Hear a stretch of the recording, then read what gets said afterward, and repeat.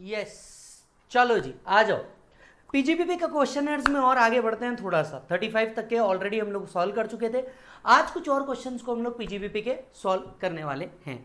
सबसे पहले आते हैं क्वेश्चन नंबर 36 के ऊपर। क्वेश्चन नंबर 36 मालिक नवंबर 2004 का क्वेश्चन है। नवंबर 2004 का क्वेश्चन है और यहां से अगर आप देखोगे तो पीजीपीपी के टोटल इनकम वाले प्रॉब्लम भी आ जाएंगे, जहां पे पीजीपीपी भी होगा और कोई दूसरे हेड का भी इनकम होगा और उसको टोटल इनकम करके हमें पूछना होगा। जब भी ऐसे कोई बड़े प्रॉब्लम आ जाए, जो जनरली इसी तरह के प्रॉब्लम होते हैं, आपकी सबसे पहले रिस्पॉन्सिबिलिटी ये बनती है कि प्रॉब्लम के सबसे नीचे जाके देखे they do only require us to solve total income और they also want us to compute the tax liability. तो सबसे नीचे जाके देखेंगे compute the net income clearly indicating the treatment of each item. जब आपको ये वर्ड मिल जाए ना, clearly indicating the treatment of each item, इसका मतलब ये है एग्जामिनर सिर्फ आपसे एड लेस डिमांड नहीं कर रहा है। एग्जामिनर उसके आगे 1 लाइन 2 लाइन 3 लाइन उसका कुछ ना कुछ एक्सप्लेनेशन डिमांड कर रहा है और ये एक्सप्लेनेशन जब आप उसको दे दोगे तब आपको मार्क्स मिलेंगे। मतलब अगर मान लो आपने एक्सप्लेनेशन नहीं दिया और आपने क्या कर दिया, पूरा का पूरा राइट भी सॉल्व कर दिया, तो आप देखेंगे कि बॉस आपको पूरे के पूरे मार्क्स नहीं मिले, क्योंकि यहां पे वो आपको एक क्लियर इंडिकेशन मांग रहा है कि वो आपसे क्या मांगे, एक एक्सप्लेनेशन मांगे हर चीज के लिए। तो मैं भी आपको एक आइटम के लिए क्या बताने जा रहा हूँ, एक्सप्लेनेशन बताऊंगा कि किस तरीके से है क्या नहीं है, तो ये आपको और ज्यादा मजा देगा। आइए मालिक सबसे पहले चालू करते हैं। A company limited engaged in manufacturing, इस लाइन को जरा हाईलाइट करना, ये जरूर देखना प्रॉब्लम के अंदर में एसएससी मैन्युफैक्चरिंग में है क्या। क्यों? क्योंकि मैन्युफैक्चरिंग रिलेटेड कई बेनिफिट्स है जो कंपनी को हो सकते हैं, जो कैलकुलेशन के वक्त काम आ सकते हैं। A company limited engaged in the business of manufacturing showing a net profit of 65 lakh for the financial year 31 March. A scrutiny of the profit and loss account revealed the following things. ठीक है, क्या करना होगा? सबसे पहले तो PGPP का एक वर्किंग नोट बनाना होगा। जब हम पीजीपीपी का एक वर्किंग नोट बनाएंगे तो फॉर्मेट क्या होगा? पर्टिकुलर्स रुपीज, ये 3 कॉलम में आपका फॉर्मेट होना चाहिए। प्रॉब्लम हमेशा नेट प्रॉफिट से शुरू होगा, तो बिल्कुल इसी तरीके से हम लोग सबसे पहले 65 लाख रुपीज लेंगे और उसमें ऐड या लेस करेंगे। जब आप नीचे जाओगे तो आपको 65 लाख रुपीज प्योरली सिर्फ पीजीबीपी के देखने को मिलेंगे। तो यहां से कहीं ना कहीं आपका पीजीबीपी स्टार्ट होता है 65 लाख रुपीज। आते हैं एक एक आइटम की एंट्री को समझने के लिए। ठीक है, rent of 2,40,000 for a commercial property owned by the company and let out to a bank which is included in profit and loss account. Profit and loss account में कुछ रेंट कलेक्शन है। Rent है मतलब profit and loss account को credit किया हुआ होगा। जरा सोचिएगा, क्या रेंट पीजीबीपी इनकम निकालने के लिए आता है? Answer is no, PGBP income निकालने के लिए नहीं आता। तो क्या करना होगा, जो इनकम यहां टैक्सेबल नहीं है उसे हम क्या करते हैं, नेट प्रॉफिट से माइनस कर देते हैं। तो कहीं ना कहीं जैसे आपने नेट प्रॉफिट लिखा, आपको ऐड करना है expenses which are disallowed, 10-15 line के बाद लेस करना है expenses which are not allowed और expenses of which deduction is allowed but not claim और the income which is taxable in different head. अब इसके लिए आपको एक सेपरेट इनकम बनानी होगी 2,40,000 रुपीज की, यहां से माइनस करें, तुरंत एक दूसरा वर्किंग नोट बनेगा। क्योंकि आपको रेंट रिसीव हुआ है तो आपके लिए इनकम फ्रॉम हाउस प्रॉपर्टी बनेगा, एक और वर्किंग नोट बनेगा जिसमें ग्रॉस एनुअल वैल्यू आएगी 2,40,000 रुपीज। सो हम सबसे पहले ये देखेंगे कि हमारा वर्किंग नोट चालू होगा हाउस प्रॉपर्टी का, इसमें ग्रॉस एनुअल वैल्यू 240 यहां ला लेंगे। वहीं लेस में अगर आप देखोगे तो 2.40 lakh rent of a commercial property, this is taxable under the house property and has been considered separately. ऐसी 1 लाइन या 2 लाइन के अंदर में आपको आइटम लिखने की जरूरत होगी। बढ़ते हैं आगे। Loss of 5 lakh due to non realisation of advance given to a wholly owned subsidiary company engage in the business of hire purchase financing. अगर वह हायर परचेज फाइनेंसिंग में है, right, so it's a business, yes or no? This loss has to be allowed or disallowed? This loss has to be disallowed. Why? Because SSC का ये business नहीं है और ये अदर देन बिजनेस लॉस है। Other then business loss को आपको क्या करना चाहिए, एडबैक करना चाहिए। एसएससी काय में है, मैन्युफैक्चरिंग में, उसने एडवांस दिया है, एडवांस देना उसका बिजनेस नहीं था और ऐसे केस में अगर कोई लॉस आता है तो we have to add it to profit and loss account. PGBP में जाइए, loss on account of realisation of advances to wholly owned subsidiary 5 lakh add back होगा। Third, the company use to include interest costing in valuation of its finish good up to financial year 1920. During the year, the company changed its accounting policy as per ICAI and excluded the interest in valuation. This has resulted in decrease in profit. Method of accounting change कर देना as per the guideline of ICAI और as per the guideline given by the act or rules. ये एक बहुत common बात है और इसके लिए कोई एडजस्टमेंट्स की जरूरत नहीं होती when you compute the PGBP income. When you compute the PGBP income इसके लिए कोई एडजस्टमेंट्स की जरूरत नहीं होती। तो आपको इसके लिए नोट लिखना होगा। नोट कुछ इस प्रकार की होगी, देखिएगा, a company can change the method of valuation and change is made for a bona fide reason and this is followed consistently in future. The assessee changes method of valuation of stock in line with the procurement of a professional body. Therefore, genuineness of change in the method of valuation cannot be questioned. Hence, even though the profit is lower by 15.4 lakh, it would not have any impact on computation of income. Municipal tax. Municipal tax of commercial property debited 0.22 lakhs which was ultimately paid on 1/12/2021. सबसे पहली बात तो ये payment he year and के बाद हुआ है, point 1। Point 2, municipal taxes since building ही यहाँ पे कवर नहीं होती तो उससे रिलेटेड एक्सपेंसेस कवर नहीं होगा। क्या करना होगा, हमें बड़ा सिंपल सा काम करना होगा मालिक, हमें स्ट्रेट अवे जो म्युनिसिपल टैक्स है जो कमर्शियल बिल्डिंग से रिलेटेड है इसे पीजीबीपी कंप्यूट करते वक्त एड बैक करना होगा। So municipal taxes added back, municipal taxes added back. अच्छा सर, म्युनिसिपल टैक्स का डिडक्शन पीजीबीपी में से नहीं मिला, हमने ऐड बैक कर दिया, पर आपको याद होगा इनकम फ्रॉम हाउस प्रॉपर्टी में से आपको म्युनिसिपल टैक्स का डिडक्शन मिलता है। यस, जीएवी में से म्युनिसिपल टैक्स माइनस होता है, लेकिन मैं आपको याद दिला दूं म्युनिसिपल टैक्स तभी माइनस होता है जब वो एक्चुअली पेड होता है। अगर आप देखोगे ये प्रीवियस ईयर में एक्चुअली पेड हुआ ही नहीं है, ये 1 दिसंबर को हुआ है, मतलब असेसमेंट ईयर में हुआ है, प्रीवियस ईयर में तो पे ही नहीं हुआ। अगर प्रीवियस ईयर में पे नहीं हुआ तो उसका डिडक्शन मिलेगा ही नहीं एचपी में से भी। सो एचपी में म्युनिसिपल टैक्स का कोई डिडक्शन नहीं मिलेगा, not allowed as deduction since there were not paid during the previous year, there were not paid during the previous year.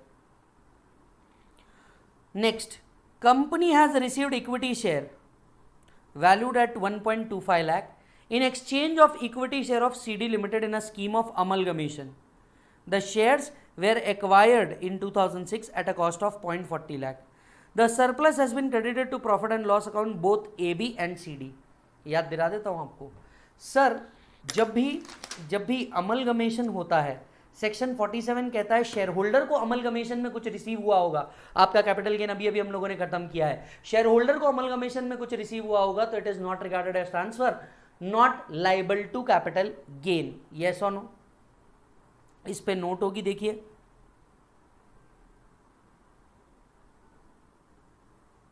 So under 47 any transfer by the shareholder in a scheme of amalgamation of a capital asset shares held in amalgamating company does not attract capital gain. अब अगर ये profit and loss account को credit होगा तो हमें बाहर निकालना पड़ेगा क्योंकि ये पीजीबीपी में आने वाला नहीं है। कैपिटल गेन हेड बना करके एक कैपिटल गेन हेड बनाना पड़ेगा वर्किंग नोट 3 और वहां एक नोट डालनी पड़ेगी कि ये टैक्सेबल नहीं है। पीजीबीपी में से माइनस करना पड़ेगा, वर्किंग नोट बनानी पड़ेगी कैपिटल गेन की और वहां लिखना पड़ेगा कि ये टैक्सेबल नहीं है। कितना अमाउंट था, 0.85, ये सरप्लस आपने माइनस किया। आप लेस के आइटम यहां देख रहे हो, ये सरप्लस आपने क्या किया मालिक, माइनस किया।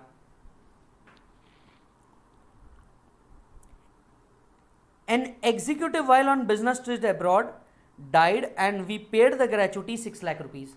हमारा ही एक एग्जीक्यूटिव था जो अब्रॉड गया था और क्या हो गया था मालिक, वहां पे वो गुजर गया और उसको हमने खुद होकर के ग्रेचुटी पे करी। बिजनेस पेमेंट है अलाउड, बिजनेस पेमेंट है अलाउड। क्या करना है, कुछ करने की जरूरत नहीं है, ऑलरेडी डेबिटेड एंड क्रेडिटेड है। एज रिस्ट्रक्चरिंग ऑफ डेप्ट company converted arrears of interest on term loan into a new term loan with revise payment schedule. Company converted arrears of interest into loan. The company paid 0.50 towards such funded interest during the year. Wait, सबसे पहले 43B आपको याद दिला दूं, interest allowed है जब वो actually पे हुआ, जितना वो एक्चुअली पे हुआ। आपने लोन को इंटरेस्ट में कन्वर्ट कर दिया या इंटरेस्ट को लोन में कन्वर्ट कर दिया, आई स्टैंड करेक्टेड, इंटरेस्ट को लोन में कन्वर्ट कर दिया, it is not treated as repayment as per 43B। Further उसमें से भी मान लो अगर कन्वर्ट भी कर दिया, जितना आपने एक्चुअली पे किया होगा that only will be allowed as deduction, ये हमने ऑलरेडी पढ़ा है। सो लेस करोगे आप 50 को, interest on term loan would have been disallowed under 43B in the earlier assessment year due to non-payment. Such interest can be converted into loan. Conversion of loan into interest is not treated as actually paid and hence no deduction for the same. Since company has paid 0.50 lakh in the current year, the same is allowed as deduction in light of provision of 43B.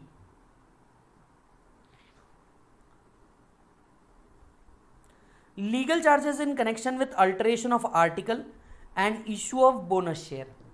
जरा ध्यान से सुनिएगा, alteration of article and issue of bonus share, ये दोनों भी एक business expenditure है जिसका डिडक्शन मिलता है। ऑल्टरेशन ऑफ आर्टिकल एक बहुत कॉमन एडजस्टमेंट है जो कंपनी करती है, सेक्शन 37 के कई केस लॉज में इसको अलाउ किया गया है। Bonus share related issue expenses जो है, इसके ऊपर एक केस है जनरल इंश्योरेंस कंपनी का जो इसे अलाउ करता है, तो इसमें कुछ भी करने की जरूरत नहीं है।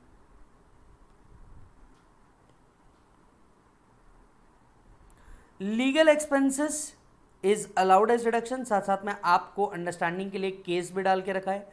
Bonus issues are allowed, CIT versus general insurance corporation का केस, कुछ नहीं करना है हमें इसमें।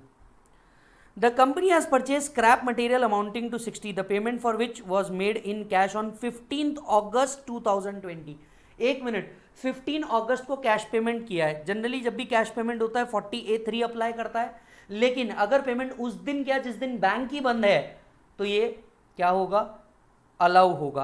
15 अगस्त इंडिपेंडेंस डे होता है और इस दिन अगर आपने कैश में पेमेंट किया होगा तो इसको डिसअलाउंस अट्रैक्ट नहीं कर देगा और यहां पे रूल 6DD आ जाएगा।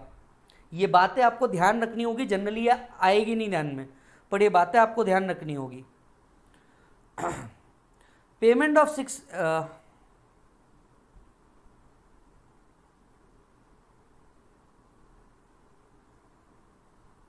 scrap material, 5th payment of scrap material was made on 15th August 2020 being an independence day on which bank are closed. Such payment is covered by rule 6DD, तो इसके कुछ एडजस्टमेंट आपको नहीं करनी है। Profit shown above include 5 lakh received from a foreign government for use of company's product. This was however not brought to India. This was however not brought to India. क्या करना होगा इसका, कुछ करने की ज़रूरत नहीं है, ये ऑलरेडी टैक्सेबल है यूज़ ऑफ कंपनीज प्रोडक्ट के लिए। सो आई थिंक सारे एडजस्टमेंट हो गए। पीजीबी पे आएगा 66.47। अब आपको क्या करना होगा, पीजीबीपी क्लोज करना होगा। पीजीबीपी क्लोज करके working note to house property में जाना होगा। हाउस प्रॉपर्टी में जीएवी आ चुका होगा, 240 म्युनिसिपल टैक्स का डिडक्शन नहीं मिला होगा। 2,40,000 में से 2,40,000 में से आप सबसे पहले स्टैंडर्ड डिडक्शन माइनस करोगे। 2,40,000 माइनस 30% कितना होगा बेटा, 1,68,000 आपका क्या बनेगा, आय income from house property. So house property का इनकम 1,68,000 प्लस पीजीबीपी का इनकम 66,47,000, टोटल आएगा 68,15,000। ये बनेगा आपका टोटल इनकम, ये बनेगा आपका टोटल इनकम। चेक कर लीजिए मालिक।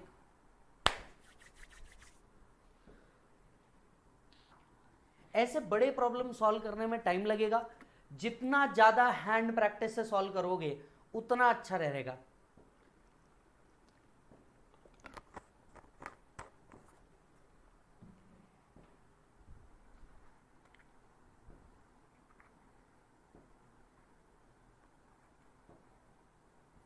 डन सर, चलो जी, मैं आपको यही सजेशन दूंगा कि ये प्रॉब्लम्स मैंने यहाँ पे दिए हुए हैं, मैं इसका डिस्कशन भी करा रहा हूँ, पर प्लीज़ प्लीज़ प्लीज़ एक बार आप खुद हो करके इसे रफ रजिस्टर के अंदर में सॉल्व करें। जहाँ अटको वहाँ क्वेश्चनएयर देख लेना, जहां अटको वहां क्वेश्चनर देख लेना, बट इसका सही उपाय यही है कि आप बैठ करके सॉल्व करें और लिखने का ट्राई करें, क्योंकि अल्टीमेटली आपको लिखना है। तो जितना आप लिख लिख के प्रैक्टिस करोगे उतना ज़्यादा बेटर होगा।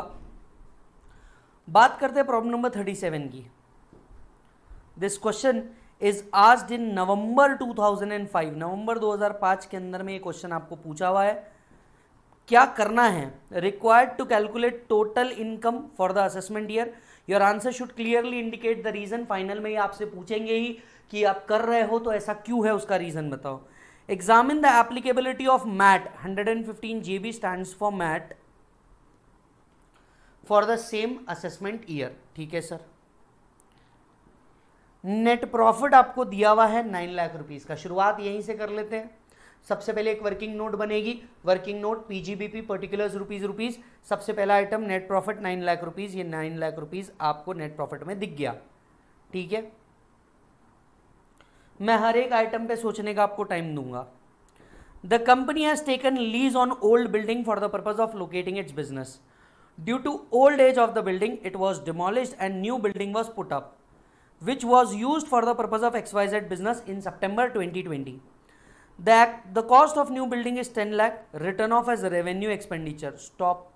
आपको कुछ याद दिला देता हूँ। डीम्ड बिल्डिंग का कंसेप्ट अप्लाई होगा यहाँ पे, डीम्ड बिल्डिंग का कंसेप्ट अप्लाई होगा। एक्सप्लेनेशन 1 to 32 याद होगा। तो अगर कोई भी असेसी लीज होल्ड लैंड पे है या किसी टेनेंट ने कोई कैपिटल एक्सपेंडिचर किया है, this capital expenditure is treated as capital expenditure by tenant and it is treated as deemed building for it and for which he can claim the depreciation। अब यहां पे बिल्डिंग जो ली गई थी ये लीज के ऊपर ली गई थी, इस पे आपने 10 लाख रुपीस का खर्चा किया, ये क्या माना जाएगा मालिक? डीम्ड बिल्डिंग माना जाएगा। आपके लिए ये कैपिटल एक्सपेंडिचर माना जाएगा।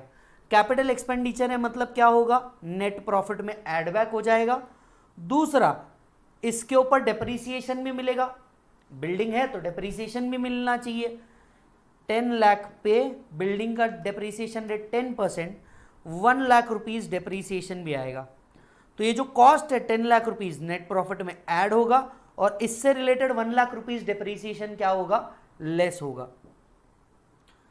असेट सितंबर 2020 के अंदर में परचेज किया है, मतलब asset more than 180 days used है, यस, तो हमें फुल डेप्रीसिएशन मिलेगा। नीचे आइए, ऐड 10 लाख रुपीस, लेस में आप देखेंगे depreciation on building constructed 1 lakh rupees. यहां पे इसका रीजन लिखा है, रीजन पढ़िए। ऐड में इसका रीजन लिखा है, रीजन पढ़िए। Highlight this.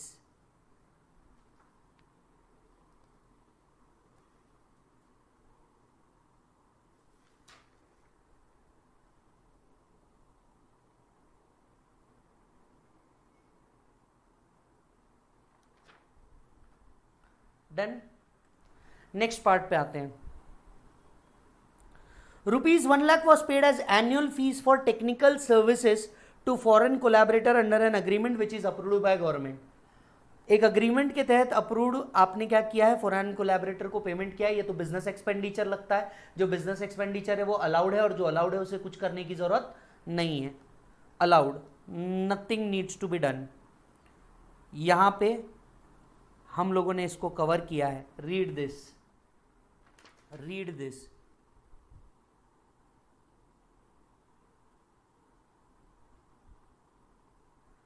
Done. Okay, third point पे आते हैं हम लोग। A company collected 3 lakh from its customer by way of sales tax in the year 10-11 and has remitted it to the government in due time. Customer से sales tax collect किया, government को दे दिया। On the levy being challenged in High Court, the High Court held the collection as illegal। इसी matter के ऊपर हम court के अंदर में गए, कोर्ट ने बोला भी ये इलीगल है एंड स्टेट गवर्नमेंट को ये रिफंड करना पड़ा फरवरी 2021 के अंदर में। सेल्स टैक्स रिफंड आया। स्टॉप स्टॉप स्टॉप, कौन से सेक्शन की हम लोग बात कर रहे हैं? सेक्शन की हम लोग बात कर रहे हैं 41। सेक्शन की हम लोग बात कर रहे हैं 41। आपने जब सेल्स टैक्स पे किया होगा it would have allowed you as expenses. जब सेल्स टैक्स का रिफंड आएगा ये इनकम मानी जाएगी, और अगर ये इनकम है, प्रॉफिट एंड लॉस अकाउंट में ऑलरेडी एडजस्टेड है, आपको कुछ करने की जरूरत नहीं है। इस 3 लाख रुपीस को इनकम माना जाएगा और आपको कुछ करने की जरूरत नहीं है, बस इसके ऊपर नोट देनी पड़ेगी, नोट देनी पड़ेगी। यस, ये एड में सेल्स टैक्स रिफंड है, इसे रीड कीजिए 41(1).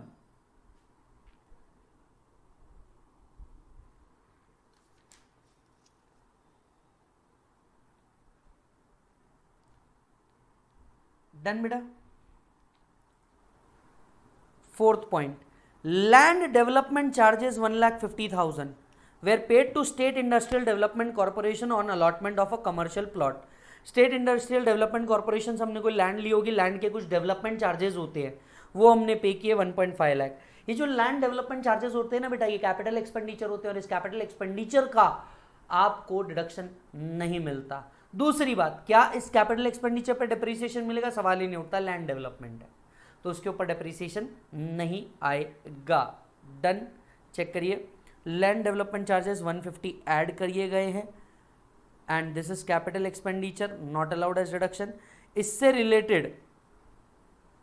रिलेटेड आपको डिप्रिसिएशन माइनस करने की जरूरत नहीं आएगी because it is related to land.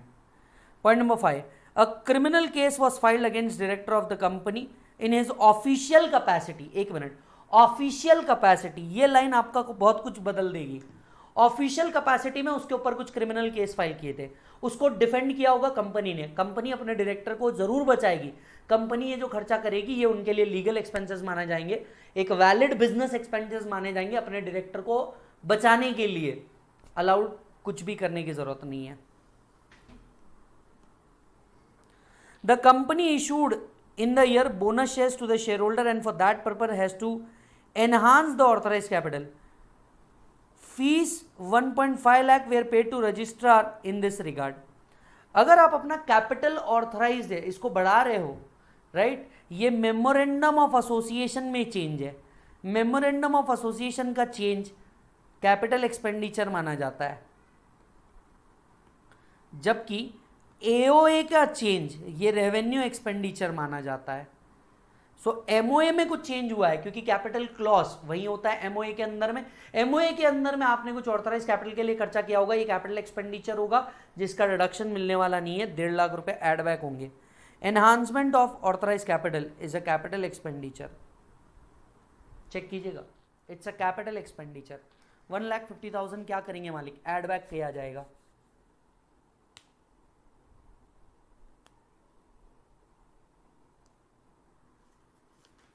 Done sir.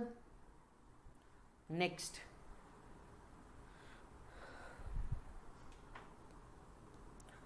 Company paid 70,000 and interest on deposit to some non resident buyer on which no tax is deducted. याद आ रहा होगा अगर आपको 40AI नॉन रेसिडेंट को कोई पेमेंट किया जिसपे टीडीएस डिडक्ट नहीं किया, डिसअलाउड पूरा का पूरा 70,000 एड बैक कर देंगे। जो एक्सपेंसेस डिसअलाउड है उसे एड बैक करो। Overdraft interest 40,000 was paid to company's bank to enable the company to pay its income tax dues. Interest paid to bank to repay income tax is not allowed as deduction. So ये overdraft interest जो है ये allowed नहीं होने वाला। Overdraft interest not allowed as deduction in view of East India Pharmaceutical Company. एक बात मैं आपको याद दिला दूं, इन केस लॉस को आपको याद करके कोई मतलब नहीं है, रेफरेंस के लिए मैंने आपको दे रखे हैं, बट आपको इसको याद नहीं रखने हैं। The opening and closing stock were 90 and 117 respectively were under valued by 10%। क्या करेंगे हम लोग? ऐसा एक एडजस्टमेंट हम लोग ऑलरेडी कर चुके हैं, क्लोजिंग स्टॉक वाला ऐड करेंगे, ओपनिंग वाला लेस करेंगे, या तो डिफरेंस कर देना। Yes, so adjustment on account of under valuation of stock, clear cut 3,000 add back करेंगे। ये डायरेक्ट एडजस्टमेंट किया गया है, यहाँ पे ये वाला एडजस्टमेंट मैंने डायरेक्ट एडजस्टमेंट किया है, आप देख सकते हैं।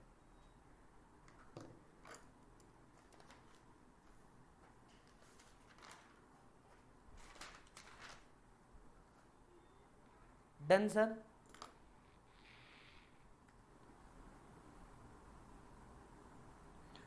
some investment were held by the company not as stock in trade which had to be depreciated by 4.8 lakh due to directives from the government. Government के डायरेक्टिव से किया गया काम है, डिपार्टमेंट कभी इस चीज को नहीं छेड़ता, कॉमन सेंस लगाना। क्या करने की जरूरत है, क्या करने की जरूरत है, कुछ नहीं, पीजीबीपी कंप्यूट करते वक्त तो कुछ नहीं। The balance on 1st April to the profit and loss account shown in the balance sheet was debit of 2 lakh rupees. ठीक है, ठीक है,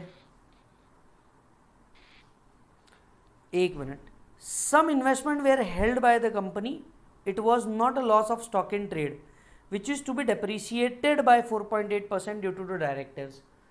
ये आपने किया तो है पर ये स्टॉक से रिलेटेड नहीं है, तो आप क्या करेंगे मालिक, इसको एड बैक करना पड़ेगा। यहाँ पे 4.80 आप एड बैक करोगे।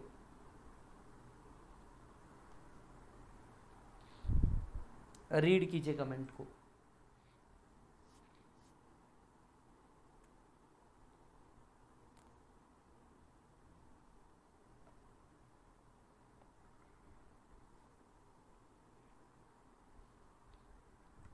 नेक्स्ट, कुछ ब्रॉड फॉरवर्ड लॉस है 9-10 के, नहीं मिल सकते। अब बिजनेस लॉस मैक्सिमम 8 साल तक के कैरी फॉरवर्ड हो सकता है। पहले वाले को देख के क्लियर कट पता चल जाएगा मोर देन 8 ईयर्स हुआ, वो नहीं मिलने वाला, ये मिल जाएगा।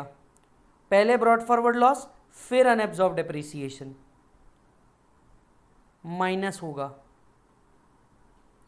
सो लेस में आओगे, 9-10 का नहीं मिलने वाला, बाकी ये दो आराम से मिल जाएंगे। Long term capital loss for assessment year 1920 is 3 lakh rupees. Okay sir,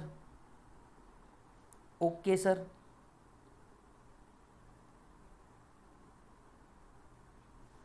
बाकी क्या बचता है, आई गेस कुछ नहीं, सारे एडजस्टमेंट हो चुके हैं। पीजीबीपी निकल जाएंगे, आपकी अदर इनकम निकल जाएगी, आपकी अदर इनकम निकल जाएगी, taxable income and tax there on.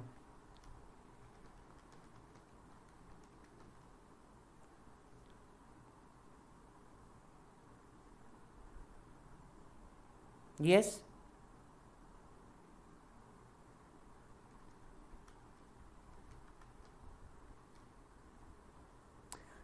कई लोग मुझसे पूछेंगे 26% तो है नहीं कंपनी का rate, 25% plus 4% cess becomes 26%।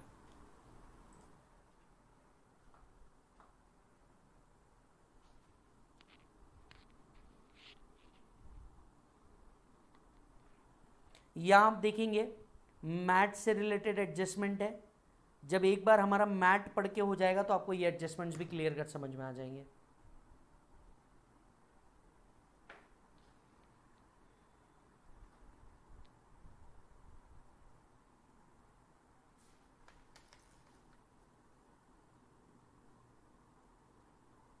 Done sir. चलिए नेक्स्ट आते हैं प्रॉब्लम नंबर 38 के ऊपर। It's a May 2006 question. May 2006 question बड़ा इजी सा क्वेश्चन था। X limited is engaged in the manufacture and sale of textile. एक मिनट, मैन्युफैक्चर करना क्या है, टोटल इनकम निकालना है, ठीक है। X limited is engaged in the manufacture and sale of textile. Its net profit for the year ending after debit and credit is 75। Particulars rupees 75 से चालू होगा। Payment to 2 employ 250 each in connection with their voluntary retirement. ठीक है sir, ठीक है sir. 2 employees को payment दिया, ध्यान से सुनना, 2,50,000 ईच को दिया, मतलब कितना हुआ 5 लाख। याद होगा तो 35DDA कहता है VRS का पेमेंट 1/5 में अलाउड है, तो अलाउड कितना हुआ 1 लाख। इस साल डिसअलाउ कितना हो जाएगा 4 लाख। 4 लाख को क्या करना पड़ेगा, एड बैक करना पड़ेगा as per section 35 DDA। 4 lakh, 35 DDA, 4/5 will be disallowed. Check कर लो, 4/5 will be disallowed. Next, charges of 2 lakh paid for advertisement in souvenir published by political party। everybody political party याद कर, सुपर 35 में बहुत अच्छे से हम लोगों ने पढ़ा था। पॉलिटिकल पार्टी को कंट्रीब्यूशन अलाउ या डिसअलाउ? डिसअलाउ। क्या करना पड़ेगा? एड बैक करना पड़ेगा 2 लाख रुपीस, ये एड बैक। लेकिन हमने डिडक्शन भी पढ़ा है, डिडक्शन इसके साथ साथ में जोड़ के पढ़ा है। कंपनी है 80 GGB में डिडक्शन मिलेगा। यस, ये रिकॉलिंग रखना अपने पास, क्योंकि हमको टोटल इनकम पूछ रहा है, मतलब ग्रॉस में से डिडक्शन भी माइनस होंगे, ये रिकॉल रखना। Retrenchment compensation paid to employ of one of the unit close down during the year. Retrenchment compensation जो 10 लाख रुपए आप पे कर रहे हैं, क्या ये अलाउड है? बिल्कुल अलाउड है, कुछ करने की जरूरत नहीं है। बिजनेस में रिट्रेंचमेंट कंपनसेशन देना होता है। So retrenchment compensation is an allowable deduction. Case law याद रखने की जरूरत नहीं, कॉन्सेप्ट याद रख लेना, ठीक है। आगे बढ़ते हैं। Capital expenditure incurred for promoting family planning among its employ. अरे भाई साहब, जबरदस्त क्वेश्चन है। वो 1/5 वाले सारे एडजस्टमेंट इसके अंदर में देखने को आपको मिल रहे हैं। एक मिनट, असेसी कंपनी है, यस, इसका भी डिडक्शन 1/5 पे मिलेगा, इसका भी डिडक्शन 1/5 पे मिलेगा। याद होगा तो सेक्शन 36 कितना है? 3 लाख डिवाइडेड बाय 5, अलाउड कितना होगा? 60,000, डिसअलाउ कितना होगा? 2,40,000। 2,40,000 को क्या करेंगे? Add back 2,40,000 retrenchment compensation. Interest paid 234B for short payment of advance tax pertaining to the year, that is 1,10,000। मैं आपको याद दिला दूं, इंटरेस्ट अंडर 234B का जो पेमेंट है, ये interest for breach of law किया गया है, किसी ना किसी कानून को ब्रीच करने के लिए किया गया है। अगर ये इंटरेस्ट पेनल नेचर का है तो ये अलाउ नहीं हो सकता। 37 की ये बात हमें याद रखनी होगी, it is not for breach of law. अब आपने इंटरेस्ट दिया है 234B का, मतलब एडवांस टैक्स का कंप्लायंस आपने नहीं किया, क्या करेंगे? एड बैक करेंगे, पूरा 1,10,000 एड बैक हो जाएगा। Loss incurred in transaction of purchase and sale of shares of various company. ये जो शेयर्स आप बाय एंड सेल कर रहे हैं, राइट, ये लॉस आपको बिजनेस लॉस हुआ है क्या? नहीं, अलाउ होने वाला नहीं है, ये कोई आपका बिजनेस नहीं है। 3 लाख रुपीज एड बैक कर देंगे। नोट नंबर 5 रीड करें।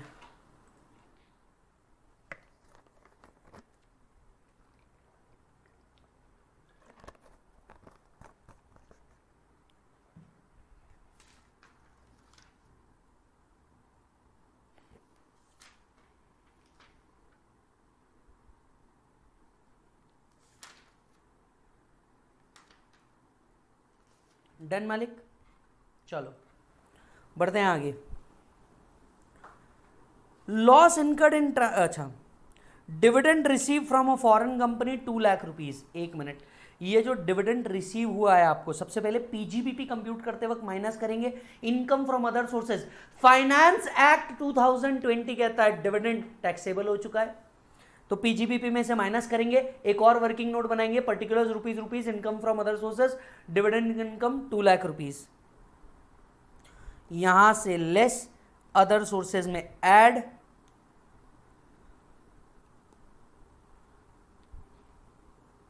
Compensation receive from supplier for delay in supply of raw material. अगर ये जो कोई कंपनसेशन मिलता है for delay in supply of raw material, ये नॉर्मल बिजनेस इनकम है, बिजनेस इनकम है, तो इसको कुछ करने की जरूरत नहीं है। आई थिंक सब कुछ हो गया है। Total sales for the year is 30 crore, out of which export sales amount to 10 crore rupees. ठीक है, ओके। हम क्या करेंगे? पीजीबीपी क्लोज करेंगे, income from other sources close करेंगे, दोनों का टोटल इनकम निकालेंगे। अपने प्रॉब्लम में इतना आ रहा है। कुछ चीज़ हमें याद रखनी थी, 80 GGB के अंदर में आपको क्या मिलेगा? डिडक्शन मिलेगा। कंपनी ने जितना भी पॉलिटिकल पार्टी को दिया होगा, provided amount is not paid in cash, हम ये अज्यूम कर सकते हैं। 2 लाख रुपीज पूरा allowed, total income 85,50,000, game over.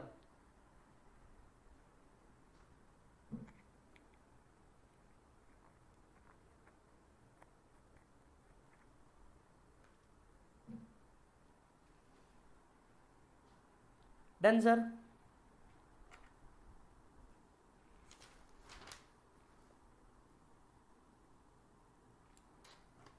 चलो जी, देख रहे हो आप लोग हम लोग क्या कर रहे हैं सर, बहुत मेहनत कर रहे हैं, पीजीबीपी का पूरा क्वेश्चनर निकाल रहे हैं। पीजीबीपी के अंदर में आपने देखा होगा हमने कंसेप्ट से जितने ध्यान दिए हैं, हर एक कंसेप्ट को हम लोगों ने बहुत डीपली किया, चाहे वो रेगुलर बैच हो, चाहे वो सुपर 35 बैच हो। इनफैक्ट अगर कोई सुपर 35 बैच लेता है ना तो उसका फटाफट कॉन्सेप्ट ओवर होता है और उसका पूरा का पूरा ध्यान हमारे साथ क्वेश्चनर डिस्कशन की ओर आ सकता है। आप रिसेंटली भी देख रहे होंगे हम लोग क्या कर रहे हैं, कॉन्सेप्ट्स करते हैं, पहले हाफ में कॉन्सेप्ट्स करते हैं, दूसरे हाफ के अंदर में दनादन क्वेश्चन निकालते हैं, चाहे वो कैपिटल गेन का क्वेश्चनर हो हमने खत्म कर दिया, छोटे छोटे टॉपिक का क्वेश्चनर हो हमने खत्म कर दिया। पीजीबीपी बड़ा है तो इसके क्वेश्चनर को भी टाइम लग रहा है। डेली अगर आप देख रहे होंगे हम लोग 3 दिन से हम लोग जितने 20-30 जितने क्वेश्चन होते हैं उनको कंप्लीट करते जाते हैं। नंबर ऑफ क्वेश्चन जितने सॉल्व होंगे आपके पास एडजस्टमेंट उतनी ध्यान रहेगी। And practice is the key marks लाने के लिए, practice is the key marks लाने के लिए। यस, मैं सभी बच्चों को बोलूंगा, आपको अगर इस सुपर 35 का अगर फायदा हो रहा होगा या क्वेश्चनर का फायदा हो रहा होगा, आप प्लीज सुपर 35 में आए, अमेंडमेंट्स पढ़े और साथ साथ में उसके क्वेश्चंस को देखें। आप देख सकते हैं क्वेश्चनर भी अमेंडेड है और इसमें पास्ट एग्जामिनेशन क्वेश्चन कवर्ड है। इनफैक्ट आपका कोई दोस्त होगा आप उसको भी बोलिए कि बॉस तू सिर्फ क्वेश्चनर की बुक भी ले ले और ये सब भी चालू कर सकता है। क्वेश्चन नंबर 39 के ऊपर आ गए हम लोग। 39th question which is asked in November 2006। Sir नवंबर 2006 का क्वेश्चन है, जरा देखिएगा। जैसे ही क्वेश्चन मिले पहली हैबिट लगा दीजिए, तुरंत नीचे देखना करना क्या है।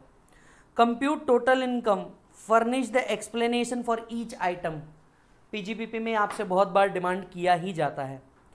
RST is engaged in manufacturing and sales of drug pharma, net profit after debit and credit of following is 28 lakh. पहला working note, everybody working note number 1, PGBP particulars rupees, net profit as per profit and loss account 28 lakh. Adjustment done. Habit बना लो, आपके mind में ये पूरी चक्री घूमनी चाहिए कि हाँ इसके बाद ये करना है, इसके बाद ये। एक एक एडजस्टमेंट पे आएंगे। Income tax paid on non monetary perquisite, allow या डिसअलाउ। डिसअलाउ 40A, क्या करेंगे डिसअलाउ है तो एड बैक कर देंगे पूरा 1 लाख रुपए, एड बैक कर दिया 40A।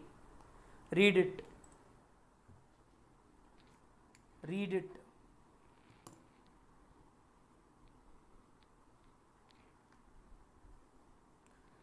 डन। अच्छा जी, next point, legal fees paid in defending the title of factory premises. ये तो आपका बिजनेस एक्सपेंडिचर हुआ, nothing to be done. Legal expenses allowed, कुछ करने की जरूरत नहीं है। Expenditure on scientific research not in respect of land and building on in house research development approved by the prescribe authority 10 lakh rupees. आपको याद होगा फाइनेंस एक्ट 2020 कहता है इन हाउस रिसर्च अगर कोई कंपनी करती है other than land and building expenditure 100% allowed as deduction. ये ऑलरेडी डेबिटेड है, हमें कुछ करने की जरूरत नहीं है। अब वेटेड डिडक्शन नहीं मिलते, कुछ करने की जरूरत नहीं है, nil. Interest paid on arrears of sales tax, sales tax या जीएसटी से रिलेटेड इंटरेस्ट अलाउड है, ये हम लोगों ने पहले भी बात करी हुई है, कुछ करने की जरूरत नहीं है, nil. Cash payment 10,000 made to a supplier towards purchase of raw material. Sir अगर आप देखें 40A3 तब अप्लाई होता है व्हेन द पेमेंट एक्सीड्स 10,000, 10,000 तक का कोई प्रॉब्लम नहीं आता।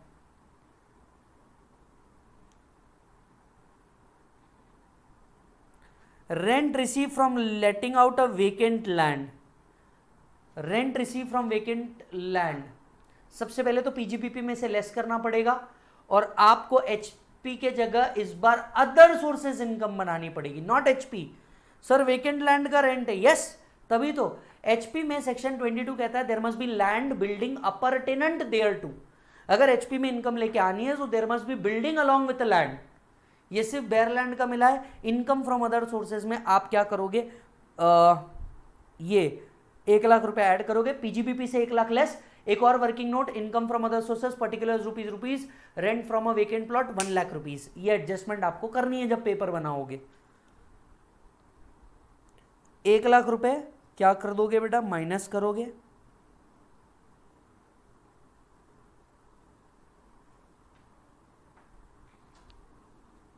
रेंट रिसीव्ड 1,00,000 रुपए इधर ऐड बैक कर दोगे, मैंने माइनस बोला, ऐड बैक कर दोगे, यस, यहां से निकल गया, यहां ऐड बैक कर दोगे, कहां पे, अदर सोर्सेज में, पीजीबीपी से लेस अदर सोर्सेज में ऐड बैक कर दोगे। Arrears of rent received 2,00,000 rupees. The said property is sold during the year ended 31/3/2016. Arrears of rent received section 25B deal करता है। अरियर्स ऑफ रेंट रिसीव जब भी होता है, लॉ कहता है it is taxable in the year of received and 50% is allowed as deduction. सबसे पहले पीजीबीपी में से 2,00,000 रुपए माइनस करने पड़ेंगे, जो ये रहे। अब इनकम फ्रॉम एचपी का एक और वर्किंग नोट बनाना पड़ेगा, particulars rupees, working note number 3, income from house property, arrears of rent received कितना, 2,00,000 रुपीज। जब भी अरियर्स ऑफ रेंट रिसीव्ड होता है इसमें से 30% डिडक्शन अलाउ होता है। सो 2,00,000 माइनस 30% का deduction 1,40,000 rupees other income from house property में आना चाहिए। Yes, arrears of rent received इसमें से 60,000 माइनस होंगे। कुछ और भी ब्रॉड फॉरवर्ड है, इसके लिए वो आपको 140 नहीं दिख रहा होगा, यहाँ पे आपको देखने को माइट भी मिल सकता है वो। कंपनी हैज पेड रॉयल्टी, ये देखो ये यहाँ लिखा है, company has brought forward loss from property, ये 40,000 भी यहाँ पे एडजस्ट हो जाएंगे, माइनस हो जाएंगे। Income from house property 1,00,000 rupees आ गया। Company has paid royalty in India to a foreign company amounting to 3,00,000 on 1/5/2019, which was disallowed by AO since tax was not deducted. Company deducted and paid the tax in 2021. क्या करना पड़ेगा sir, royalty payment जो earlier disallow हुआ था, इस time जब actually पे होता है वो अलाउ होता है, माइनस करेंगे हम उतना अमाउंट। 3,00,000 रुपीज माइनस किया, उसका एक्सप्लेनेशन रीड करें। जब सारे एडजस्टमेंट हो जाएं, पीजीबीपी क्लोज होगा, एचपी क्लोज होगा, अदर सोर्सेस क्लोज होगा, टोटल इनकम बनेगी।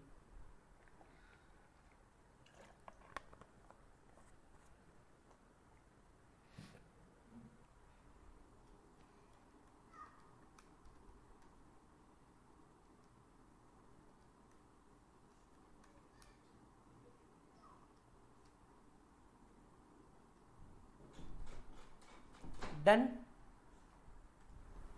चल बेटा बहुत बढ़िया। Question number 40, do it on your self. Easy question है, नवंबर 2007 में, सेल्फ एक्सप्लेनेटरी है। इसके अलावा मतलब इसमें कुछ भी लगता है आप मुझे मैसेज कर सकते हैं। क्वेश्चन नंबर 41 भी आप सेल्फ करेंगे, सिमिलर लाइंस पे क्वेश्चन बना हुआ है, मई 2009 का क्वेश्चन है।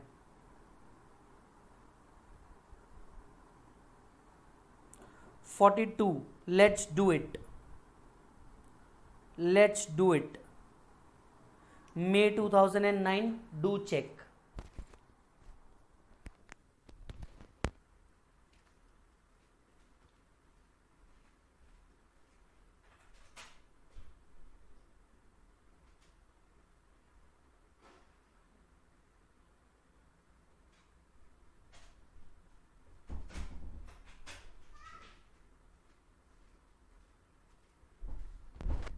ये क्वेश्चन किसका दिख रहा है साहब, 35E का क्वेश्चन है। याद दिलाता हूँ साहब, 35E मिनरल से रिलेटेड था, अगर आपको याद हो तो, राइट। चेक कीजिएगा, 35E पे बेस्ड क्वेश्चन है। बहुत कम क्वेश्चन होते हैं जो इन स्पेसिफिक सेक्शंस के ऊपर आते हैं, और आए हैं तो आपने एक बार तो भी अपनी आंखों से नीचे से निकाल देना चाहिए, क्योंकि ये बहुत रेगुलर क्वेश्चन नहीं होते। तो एक आध बार आंखों के नीचे से बहुत रेयरेस्ट टू रेयर क्वेश्चंस निकाल देना चाहिए। मई 2009 में आया था। Singhal Sons mines for acquiring the rights of mineral had taken a mine on lease for a period of 15 years. Mr. Naresh against an amount of 30 lakh payable in 3 installments. Amount of 1 lakh was paid and charged as expenses. ठीक है। Examine critically, क्या allowance मिलेगा या नहीं मिलेगा। Sir मैं आपको एक बात बता दूं, 35E के अंदर में साइट एक्वायर करने के लिए डिडक्शन नहीं मिलता। बस इतना सा कंसेप्चुअल क्लैरिटी आप में होनी चाहिए, बाकी आपको हर चीज़ का मिल जाएगा। साइट एक्विजिशन के लिए आपको ये चीज़ नहीं मिलती। So 35E expenditure on acquisition of site do not qualify for deduction. Expenditure on acquisition of site, expenditure on acquisition of deposit of any minerals और right in such deposit, expenditure of capital nature being building machinery, plant, furniture, etc. Since 30 lakh is paid for acquiring the site of source of mineral, the same is not deductible under 35E, and therefore 10 lakh is paid shall be disallowed. 10 lakh paid shall be disallowed.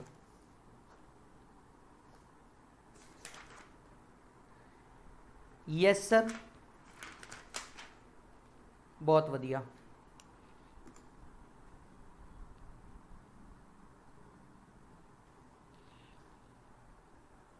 Read this question.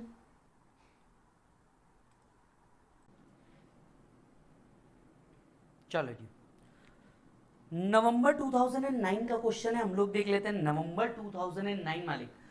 नवंबर 2009 के अंदर में question पूछा गया है, ABC Incorporated as a public limited company for construction of ship is to file its first return for the year ended 31st March 2021. The management is confused as to claim and administrability of the following expenses and therefore ask you to explain. They ask you to explain, मतलब आपको theory लिखनी है। How to deal with the thing. Payment made for feasibility report, एक minute क्या बात, 35D की चल रही है। Feasibility report is one of the preliminary expenditure. Feasibility report is one of the preliminary expenditure. तो 35D मतलब 1/5 basis पे डिडक्शन मिलेगा। So feasibility report 25 lakh, for conducting market survey 15 lakh, underwriting commission 85 lakh, and besides fees and expenses 70 lakh for incorporation of company. The capital employed is 3,500 lakhs. 3,500 into 5%, मतलब 175 लाख। इनका actual expenditure हुआ है 25 plus 15 plus 85 plus 70। इनका actual हुआ है 195, 1/5 of lower of actual और maximum, maximum का 1/5, maximum 35 lakhs क्या हो सकते हैं, अलाउ हो सकते हैं। याद करो 35D क्या था, 35D था बेटा प्रिलिमिनरी एक्सपेंडिचर। प्रिलिमिनरी एक्सपेंडिचर का डिडक्शन कितना मिलता है, अगर एसएससी कंपनी है, अगर एसएससी कंपनी है तो 1/5 ऑफ लोअर ऑफ एक्चुअल और मैक्सिमम। मैक्सिमम कितना था बेटा, 1/5 बेसिस पे अलाउड था। यस, एक्चुअल और मैक्सिमम, मैक्सिमम कितना था कंपनी के केस में 5% ऑफ कैपिटल एम्प्लॉयड और 5% of cost of project. Cost of project तो दिया नहीं है, कैपिटल एम्प्लॉयड दिया है। हमने 3,500 का क्या ले लिया बेटा, 5% ले लिया, ये 175 लाख आया, और जितने एक्सपेंडिचर किए थे उसका टोटल कर दिया, वो आया 195। दोनों में का लोअर हुआ 175, इसका 1/5, 35 का आपको मैक्सिमम रिडक्शन मिलना चाहिए इस साल। ये बात आप लिखोगे, ठीक है सर, चेक करो। The expenditure of undertaking feasibility study, market survey, underwriting commission and other thing are eligible for deduction under 35D. Actual expenditure is 195, however limited to 5% of capital employed, that is 175 lakh. The 175 lakh is deductible in 5 year in 5 installment, that is 35 lakh every year. याद आ रहा है मालिक आपको? याद करो।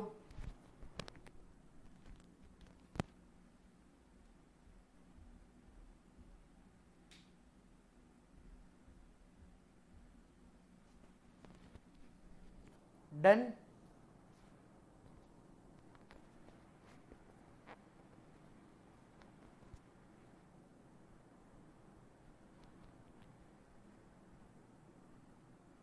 Okay, आइए next part के ऊपर चलते हैं। The next part is amount of 15 lakh was paid to local mafia don for evacuation of inhabitants who were occupying the land to be used as yard. ये कंसेप्ट मैंने आपको बताया था, और ये बताया था सेक्शन 37(1) के अंदर में। 37(1) आपसे कहता है किसी भी चीज़ का इलीगल पेमेंट नहीं होना चाहिए, right, for breach of law नहीं होना चाहिए। सो आप अगर देखें तो ये नल्ले डॉन को जो आपने पेमेंट किया है ये अलाउ होगा या डिसअलाउ होगा? डिसअलाउ होगा 37(1) के अंदर में।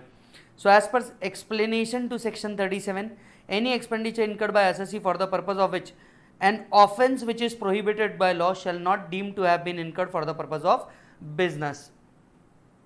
So amount paid to local mafia is not eligible for deduction. पढ़िए साहब ये भी।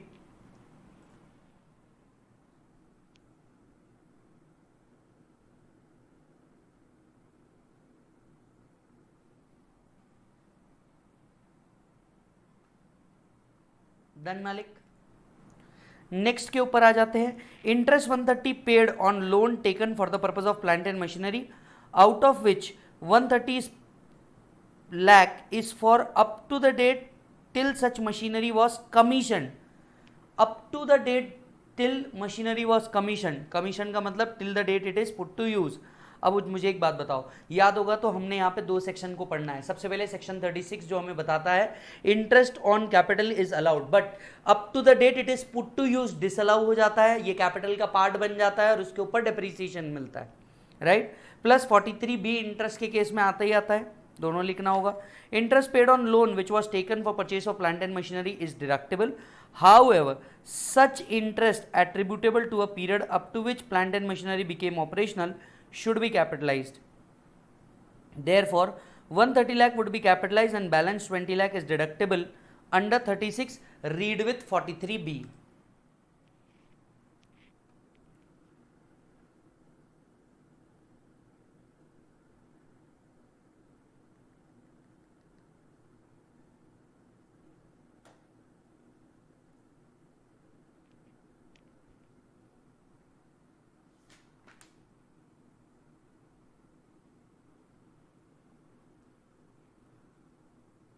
Done.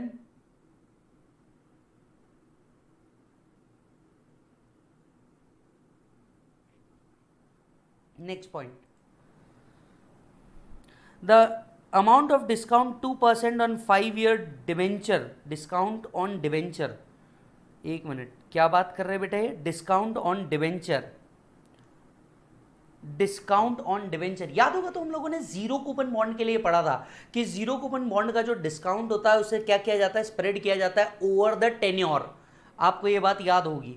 अब हमने जो पढ़ा है वो जीरो कूपन बॉन्ड के लिए पढ़ा है, लेकिन डिवेंचर के लिए हमने कभी ऐसा नहीं पढ़ा। यस और नो?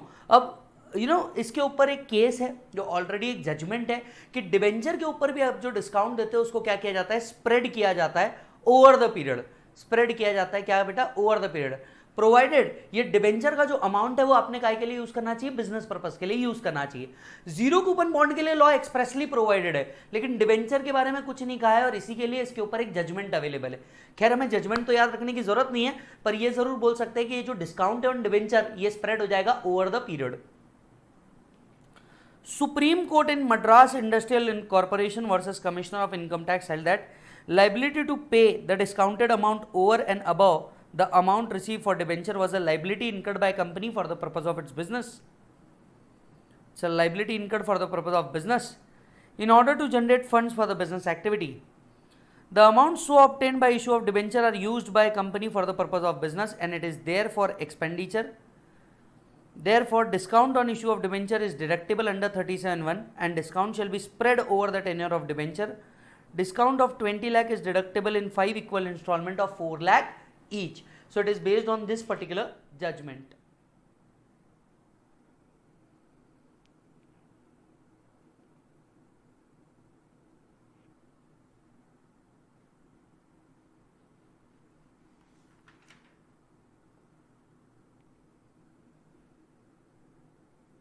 Done. Last, interest से related है. Interest of 400 lakhs on term loan taken from financial institution was accounted for by 31st March 2021 on accrual basis. The payment terms allowed a moratorium on interest for a period up to 30/6/2020. इस पे moratorium मिल गया. The interest of 200 lakh outstanding was paid by company on 3/11/21. मैं आपको कुछ याद दिलाना चाहता हूं, मुझे कंफर्म लगता है कि एग्जाम में आपको ये पर्टिकुलर एडजस्टमेंट आ सकता है. नवंबर 2009 का एडजस्टमेंट कंफर्म आपको आएगा, क्योंकि कोविड सिचुएशन के अंदर में भी मॉरेटोरियम दिया था, और सेम सिचुएशन 2008 में जब मार्केट क्रैश हुआ था तब भी दिया था. तो ये एक पर्टिकुलर एडजस्टमेंट ना मेरे को लगता है आपको आ सकता है. जरा समझिएगा. पहले तो आपको बता दूं, interest is allowed as reduction under 36 provided इस अमाउंट को आपने बिजनेस के लिए यूज किया हो. दूसरी चीज मैं आपको याद दिलाता हूं. दूसरी चीज ये है बेटा कि interest is allowed as reduction only if it is actually paid before filing return of income. तो यहां पे इन्होंने 3/11 को पे किया है, मतलब नवंबर में, जो सारी ड्यू डेट्स के पार हो चुका है. आइए ध्यान देते हैं. As per 43B, any sum payable by assessee as an interest on loan or borrowing from any public financial institution or state financial corporation, investment corporation, in accordance with the terms and condition agreement governing such loan or borrowing shall be allowed as deduction only in the previous year in which such sum is actually paid. This is irrespective of the previous year in which liability to pay was incurred. The provision of 43 shall not apply in relation to any sum which is actually paid before the due date of filing return under 139(1). Now, here it will be allowed as deduction in the year in which the payment is made, and the last date was return filing assumed to be 31st October 2021. तो इस साल तो वो मिलने नहीं वाली, सीधा अगले साल मिलने वाली है.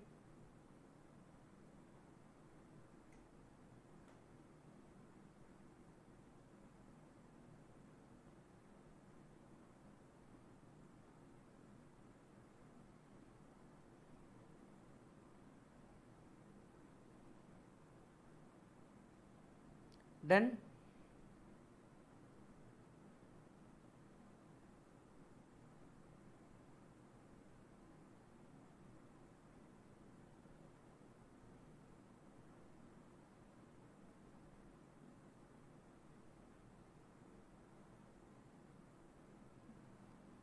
चलो जी. Done sir. Question number 44 do it self काय का बेस्ड है. सेम एडजस्टमेंट्स जो हमने कुछ पहले पढ़ी और कुछ नए एडजस्टमेंट्स का है. कंप्यूटेशन ऑफ पीजीबीपी के ऊपर है, बिंदास आप कर सकते हो. Come to 45. देखिए, पीजीबीपी के अंदर में करीब 72 क्वेश्चंस मैंने रखे हैं. मोस्ट ऑफ देम मैं उसको क्या करवा रहा हूँ, सॉल्व करा रहा हूँ, और कुछ मैं छोड़ रहा हूँ ताकि आप खुद भी ये कर सके. ये चीज़ मैंने आपको पहले भी कही थी, अब भी मैं कह रहा हूँ, क्योंकि इतने सारे क्वेश्चंस हमें करने और ऑलमोस्ट हर टॉपिक को हमें कवर करना है, तो हमें ये स्टेप्स लेने होंगे. आई थिंक आप समझ सकते हैं. Trading and profit and loss account of पिंगू trading private limited having the business of agricultural produce, consumer items and other products. ठीक है.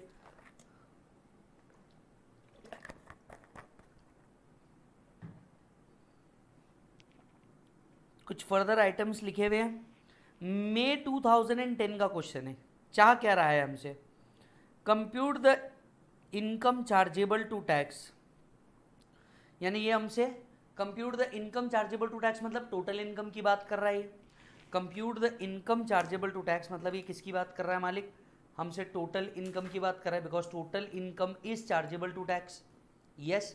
शुरुआत कहाँ से करेंगे, दिख तो रहा है पीजीबीपी, इसका नेट प्रॉफिट भी दिख रहा है. नेट प्रॉफिट से शुरुआत करेंगे, नोट्स में जाएंगे, फिर क्रेडिट साइड, फिर डेबिट साइड, एक एक एडजस्टमेंट को उठाया जाएगा.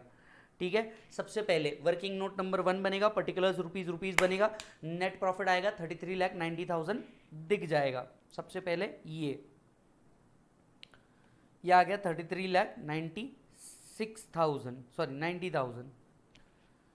Okay. Adjustment. On scrutiny of record, the following further information and details were extracted or gathered. There was a survey under 133A on the business premises in which was revealed that value of closing stock was 8,75,000 and sale of 75,000 was not recorded in the books. The value of closing stock after considering this fact and on the basis of inventory prepared by department worked out to be 12,50,000, which was accepted to be correct and not disputed. ठीक है sir, एक minute. आपने closing stock कितना दिखाया है? 4,50,000. उनके हिसाब से कितना आ रहा है? 12.50 जो आपने एक्सेप्ट कर दिया. इसमें से आप इतना दिखा रहे हो. एडिशन कितने का हुआ? 8 का. ये 8 का एडिशन क्लोजिंग स्टॉक के अंदर में जब भी अंडर वैल्यूएशन होता है प्रॉफिट पे इंपैक्ट पड़ता है. आपको प्रॉफिट को क्या करना पड़ता है? ऐड बैक करना पड़ता है. क्या करोगे? 8 lakh rupees straight away add back हो जाएंगे. ये पहला एडजस्टमेंट होगा. Under valuation 8 lakh rupees added back. Under valuation 8 lakh rupees added back. Check कर लीजिए साहब. Next, income tax refunds include 4570 interest allowed thereon. Stop, यहां जाओ. इनकम टैक्स रिफंड, आप सभी को बता दूं, income tax refund is not an income. इसे सबसे पहले पीजीबीपी में से हटाना होगा पूरा 20,000. बराबर. फिर हमें इनकम फ्रॉम अदर सोर्सेज का एक और वर्किंग नोट बनाना होगा. Income tax refund is not an income but interest on income tax refund is an income under the head other sources. तो अदर सोर्सेज बनाना होगा. 4750 हमें वहां डालना होगा. पीजीबीपी में से पूरा 20,000 लेस होगा. अदर सोर्सेज में 4570 ऐड होगा. इनकम टैक्स रिफंड यहां से पूरा 20 माइनस होगा. इनकम फ्रॉम अदर सोर्सेज आएगा और 4570 यहां पे ऐड होगा. याद होगा तो ये हम लोगों ने कहां पढ़ा है? इनकम फ्रॉम अदर सोर्सेज में भी पढ़ा है. ये उसका एडजस्टमेंट है. Bonus to staff includes 7,500 paid in the month of December 20, which was provided in the books on 31st March 2020. ठीक है सर. सर अगर आप देखोगे 31st मार्च 2020 को हमने अलाउ किया हुआ है तो वो ऑलरेडी अलाउड है, उसके कुछ जरूरत नहीं है. बोनस रिटर्न भरने से पहले पे कर दिया, अलाउ हो जाएगा. इसमें कोई एडजस्टमेंट की जरूरत नहीं है. नील. नोट पढ़िए, नोट पढ़िए.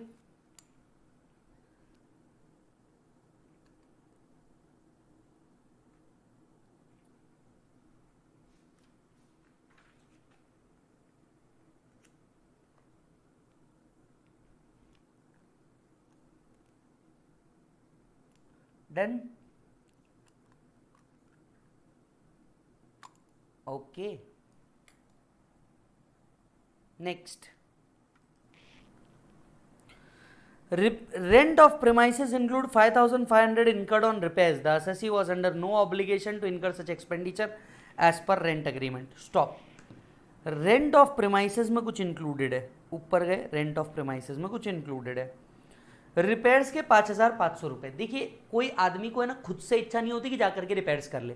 पहले एक बात ये समझ लेना, खुद होके कोई भी आदमी अच्छी भली चीज को रिपेयर करने नहीं बैठेगा. मतलब रिपेयर किया होगा तो कहीं ना कहीं तुम एक अजम्पशन लिख सकते हो that this would have been incurred for the purpose of business. Suppose 30 में अलाउड नहीं भी है, 30 में अलाउड नहीं भी है तो 37(1) में वैसे भी अलाउ हो सकता है. राइट. आप ये अजम्पशन ले सकते हैं. हो सकता है कुछ बच्चे ऐसा भी अजम्पशन ले that this repair since it was not as per agreement we won't allowed. आप जो भी अजम्पशन ले रहे हैं अकॉर्डिंगली लिख लीजिएगा. हालांकि most logical assumption with a common sense ये बनना चाहिए कि कोई भी रिपेयर्स खुद होकर के नहीं कराता, एंड दैट टू 5,500 जिसका टैक्स में कोई बहुत बड़ा इंपैक्ट नहीं पड़ने वाला है. तो इतने लॉजिकल अजम्पशंस के साथ आपको थोड़ा सा चलना पड़ेगा.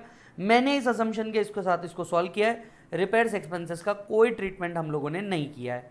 इसके साथ इसका एक्सप्लेनेशन मैंने लिख के रखा है, चेक कीजिए.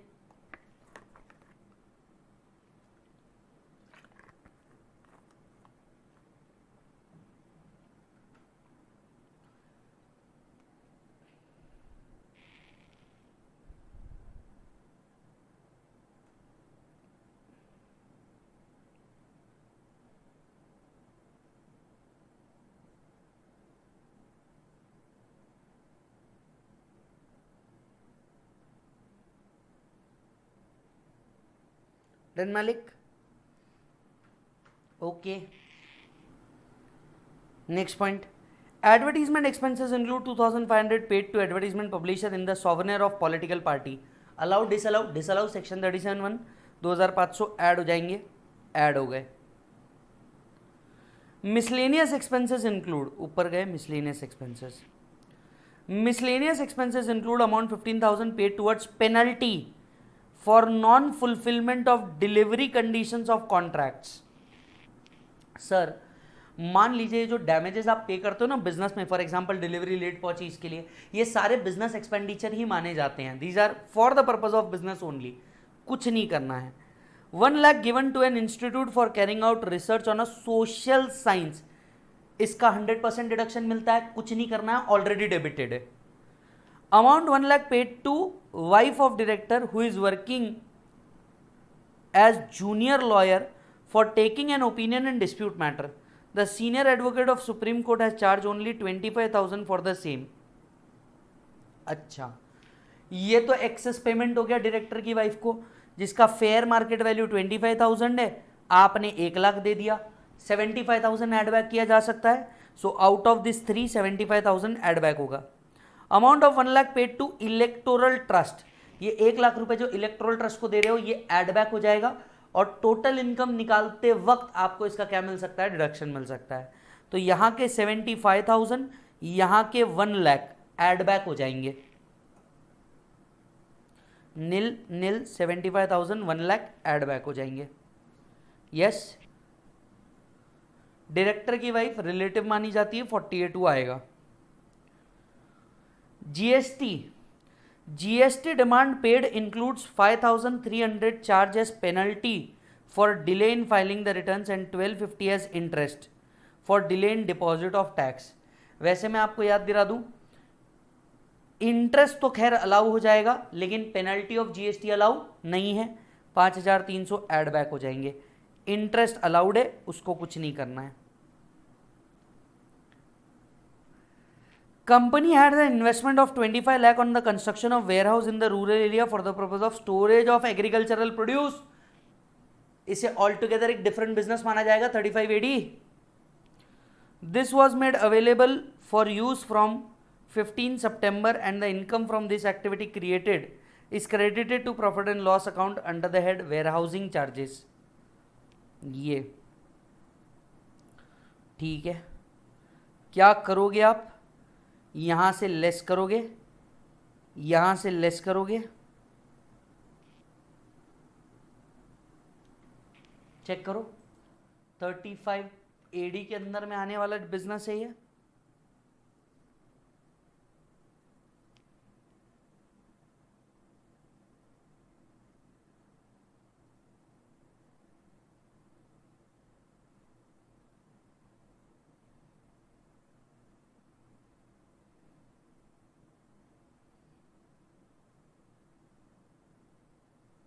Done,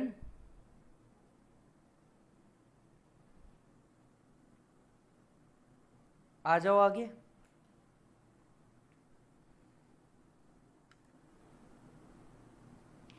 depreciation as per income tax 65, यहां पे 75,500, या तो 75,500 ऐड करो, 65 लेस करो, या डिफरेंस ऐड बैक कर दो। यस, डिफरेंस ले लिया हमने। Interest on loan includes 20,000 on which tax at source is not deductible. 20,000 rupees का इंटरेस्ट है, 20,000 इंटू 30%, अज्यूमिंग ये इंटरेस्ट तुम किसको दे रहे हो, रेसिडेंट को दे रहे हो, इसका 30% डिसअलाउ हो जाएगा, खत्म सर। ये under valuation related adjustment, PGBP compute होगा, अदर सोर्सेज ऐड होगा, ग्रॉस टोटल इनकम आएगा। ग्रॉस टोटल इनकम से 2 डिडक्शन मिलेंगे, एक 80 GGB का मिलेगा, किसका, पॉलिटिकल पार्टी को डोनेशन दिया था, साथ ही साथ इलेक्टोरल ट्रस्ट का डोनेशन भी 80 GGB में कवर होगा, ये दोनों भी यहां पे कवर हो गए, आपका नेट इनकम आ गया। प्लस ये जो लॉस है 35 AD का, ये इनडेफिनेट पीरियड के लिए कैरी फॉरवर्ड हो सकता है। चेक करो मालिक,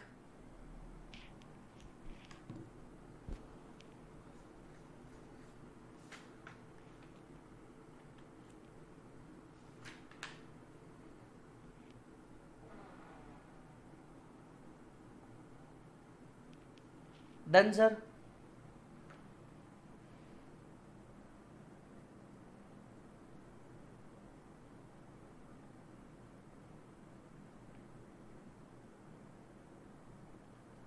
Done. The next two problems, 46 and 47, do it self. 46 is a very good problem, you should do it mandatorily. 47, do it self. Again, you just need to brief here. Come to 48. May 2010. May 2010. This section is based on 35 AD. 35 AD के ऊपर based एक question है, अच्छा question है, read it, read it.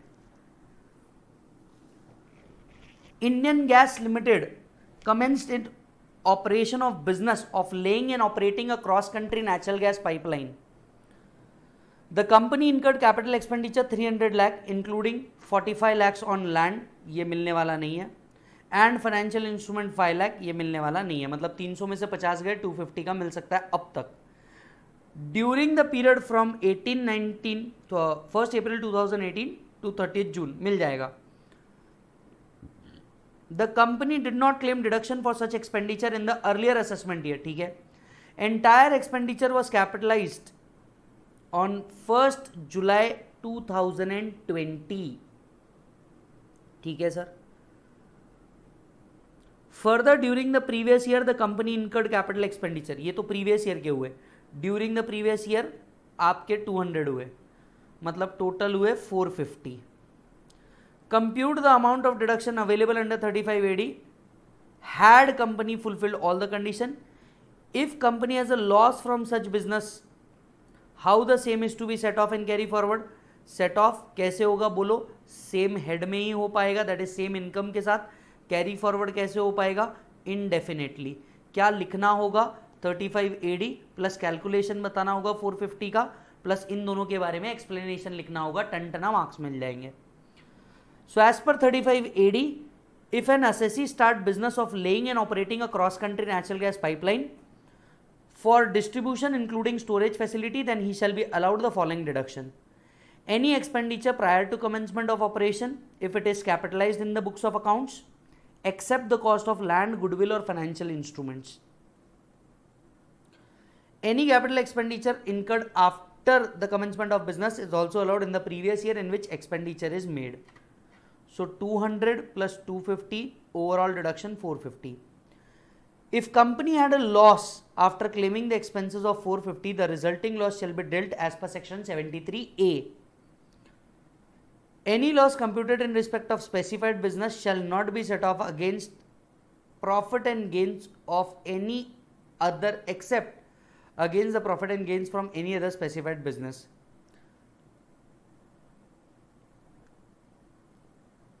Carry forward, it shall be carried forward if any of any specified business carried on by him assessable for that year, and if the loss cannot be wholly set off, the amount of loss not so set off shall be carried forward to the following assessment year, and so on.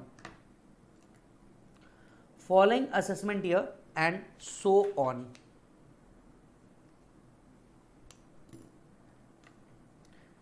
Next question is an easy one, you can do it on yourself. Half century, let's do it. Question is of November 2011. Good question, computation related question. XYZ Private Limited Manufacturing, what we need to do? Compute the total income indicating the reason, ignore the mat. ठीक है sir, again total income वाला problem है, और आप देख सकते हैं हम लोग टोटल इनकम वाले प्रॉब्लम्स के ऊपर फोकस करे जा रहे हैं, क्योंकि जानता हूं मैं एग्जाम में टोटल इनकम वाले प्रॉब्लम आते हैं, जानता हूं मैं आपको टोटल इनकम वाले प्रॉब्लम आते हैं। The net profit of the company, सबसे पहला वर्किंग नोट आपके ध्यान में आ गया, XYZ असेसमेंट ईयर लिखने का, कंप्यूटेशन ऑफ PGBP लिखने का, working note number 1 particulars rupees, net profit से स्टार्ट करने का, 50 लाख लिखने का, यस, नेट प्रॉफिट से स्टार्ट करने का, 50 लाख लिख देने का। Okay,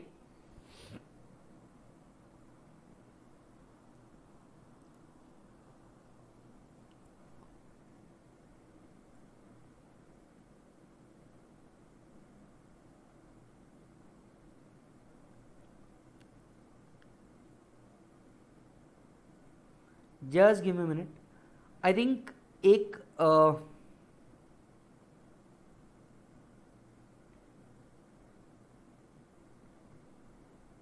there's one silly mistake.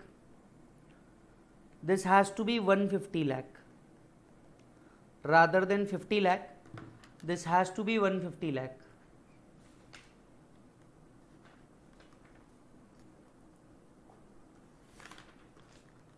Just make a small correction. So 150 lakh आ जाएगा जो यहाँ पे भी लिखा है.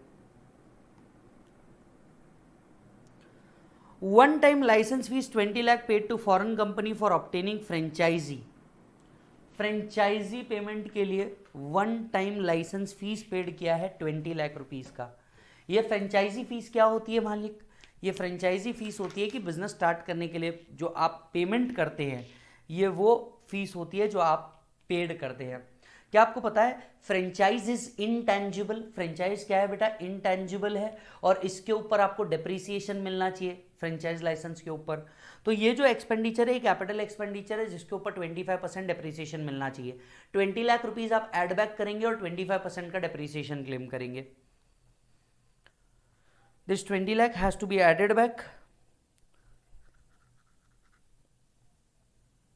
And depreciation on intangible 25% of 20 lakh 5 lakh. समझ में आई बात? Next 29,000 paid to A&N Company, a good transport agency, in cash for transportation of product to its warehouse. कुछ करने की जरूरत नहीं है. गुड ट्रांसपोर्ट एजेंसी को 29 की जगह 35 तक के भी कैश देते तो कोई प्रॉब्लम नहीं होती. इसका कुछ एडजस्टमेंट नहीं करना है. Rent of 6 lakh received from letting out its office premises. Municipal tax in respect of said part of the building amounts to 15,000 remain unpaid. सबसे पहली बात तो आपको ये जो रेंट है 6 लाख रुपीज पीजीबीपी से लेस करना है. एक और वर्किंग नोट बनाना है. Working note number 2, income from house property, gross annual value 6 lakh rupees. आप खुद देखिए सर, ये एचपी का कैलकुलेशन के साथ कई बार अब हो चुका है. क्या क्या चीज़ें लेस करनी है. लेस में रेंटल इनकम है 6, यहाँ से हटाओ. एक अलग वर्किंग नोट बनाओ, उसमें GAV 6 लाख रुपीज लेकर के आओ. 2 lakh being contribution to university approved finance act 2020 का अमेंडमेंट 100% डिडक्शन मिलेगा जो ऑलरेडी डेबिटेड है. कुछ करने की जरूरत नहीं है. कुछ करने की जरूरत नहीं है. नोटिफाइड है. 3 lakh being lost due to destruction of machinery caused by a fire due to short circuit. Insurance company did not admit the claim. एक मिनट, इंश्योरेंस कंपनी से अगर कोई क्लेम नहीं मिला तो ये प्योर डेड लॉस हो गया. क्या हो गया बोलो जल्दी से? प्योर डेड लॉस हो गया आप लोगों का. यहां पे ये जो लॉस है, अगर ये लॉस है तो ये कैपिटल लॉस है जिसको आपको एड बैक कर देना पड़ेगा एड में. Right. Municipal tax for let out property वाला 15,000 का पार्ट भी आप एड बैक करोगे. क्यों? चेक कीजिए. क्योंकि आपने municipal tax due in respect of such properties debited to PNL and has to be added back. क्योंकि हमने ये इनकम को क्रेडिट किया था, कौन सी? रेंट वाली. तो इससे रिलेटेड एक्सपेंसेस हमने डेबिट किए होंगे. ये 15,000 एड बैक करना था, मैं बोलना भूल गया था. ये 3 लाख रुपीज लॉस हुआ होगा. लॉस आपने पीएनएल को डाला होगा. कैपिटल लॉस है, अलाउड नहीं है. दूसरा नोट फ्रेंचाइज से रिलेटेड था. Franchise is an intangible asset. तीसरा ये गुड ट्रांसपोर्ट एजेंसी का था. चौथा कंट्रीब्यूशन टू यूनिवर्सिटी अप्रूव्ड था. फाइनेंस एक्ट 2020 में इसको 100% कर दिया गया है. Fifth note, loss of 3 lakh due to destruction of machinery is not deductible since no adjustment is required to be made in the block of assets. Block में कोई change नहीं करना, बट हाँ ये ऐड कर देना है loss. 4 lakh and 1 lakh being an amount waived by bank out of principal and arrears of interest. in one time settlement. The loan was obtained for making working capital. Wait, ये जो loan का waiver हुआ है, waiver of loan हुआ है, क्या लगता है ये क्या होना चाहिए? वेवर ऑफ लोन हुआ है, क्या लगता है क्या होना चाहिए? देखिए दो चीजें हैं, एक वेवर ऑफ लोन, एक वेवर ऑफ इंटरेस्ट। ये जो वेवर ऑफ इंटरेस्ट है ना बॉस, ये जो वेवर ऑफ इंटरेस्ट है, राइट, ये यहां कवर नहीं होगी। सबसे पहले इसको लेस करना पड़ेगा। वाई? नोट नंबर 9 चेक करें। Waiver of principal amount is a trading activity benefit, 41(1) के अंदर में आ जाएगा रेमिशन और cessation of liability. Since the loan waiver has already been credited to P&L, no adjustment is required. Since loan is for meeting working capital requirement, it is logical to assume it is taken for trading activity. However, the treatment is different in respect of interest of loan. Such interest on such loan would not have been allowed as deduction in the earlier years as per 43B due to non-payment of such interest. Waiver of interest will not be taxable. Since 1 lakh representing interest waiver has already been credited to P&L, the same has been deducted while computing the business income. Super adjustment, super adjustment.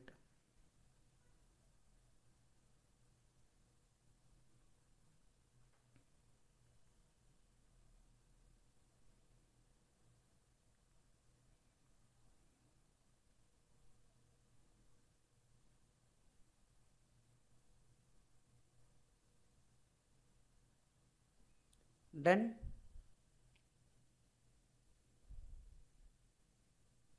Okay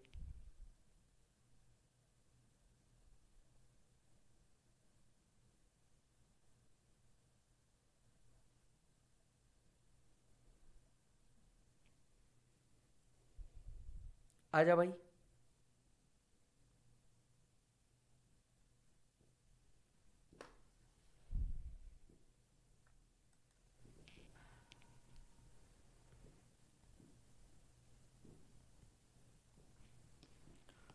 One lakh being amount payable to contractor who does not have PAN number for repair work at a company's factory. Tax of 2000 was deducted and paid in time. एक minute बेटा, अगर किसी के पास pan number नहीं है तो उसका जो टीडीएस होना चाहिए था, ये किस रेट पे होना चाहिए था? हायर रेट के ऊपर होना चाहिए था, दैट इज 20% के ऊपर होना चाहिए था। ये चीज़ आप जब टीडीएस में जाओगे तब भी देखोगे, मतलब आपका ये जो पेमेंट है ये हायर रेट पे टीडीएस होना चाहिए था। चेक करें।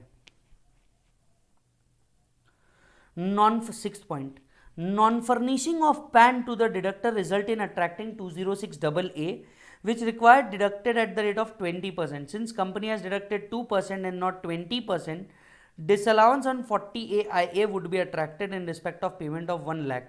However, disallowance shall be 1 lakh into 18 divided by 20, क्योंकि आपने दो तो डिडक्ट किया, 18 का नहीं किया, मतलब 90,000 का डिसअलाउंस होगा 30%, that is 27,000. Very good adjustment. This is the key adjustment. Yes, license fees was also a key adjustment. 1 lakh being amount payable to a contract, ये तो हो गया अभी. Dividend of 0.10 lakhs from P Limited on 1000 equity share of 10 each, purchase at 100 per share. The rate of dividend declared is 100%. The record date is 1st December. The shares were sold on 1st March at 80 rupees. The loss of 20 lakh has been debited to P&L. मैं आपको एक बात बताऊं, ये concept किसका है? Dividend striping.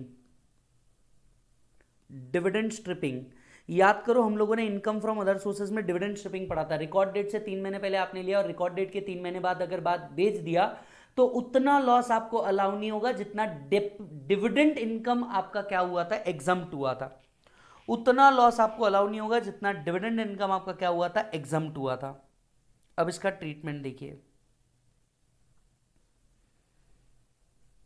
Short term capital loss जो आया 20,000 वो क्या हो जाएगा, एड बैक हो जाएगा. डिविडेंड जितनी इनकम आई है ये टैक्सेबल हो जाएगी. Finance act 2020 dividend income tax होती है। Short term capital loss can be set off only against the income under the head capital gain, therefore loss of 20,000 is added back and to be carried forward next year. Dividend is credited to P&L and has to be deducted while computing business income and take it in income from other sources.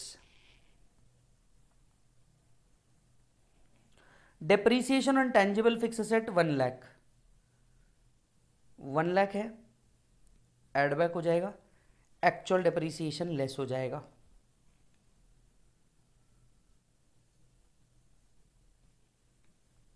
सो 175 हमने less कर दिया, 1 lakh add कर दिया। Company has obtain 2 lakh from ABC private limited in which hold 60% voting right. The एक minute, private limited है, private limited से क्या मिला है? लोन मिला है। 222E वाला एडजस्टमेंट आएगा यहां पे, 222E। जबरदस्त प्रॉब्लम था। Dividend stripping, income from other sources, mark this important. इसमें पीजीबीपी है, इसमें डिविडेंड स्ट्रिपिंग है, इसमें 222E है। जबरदस्त प्रॉब्लम। चेक कर लीजिए एक बार सारे नोट्स।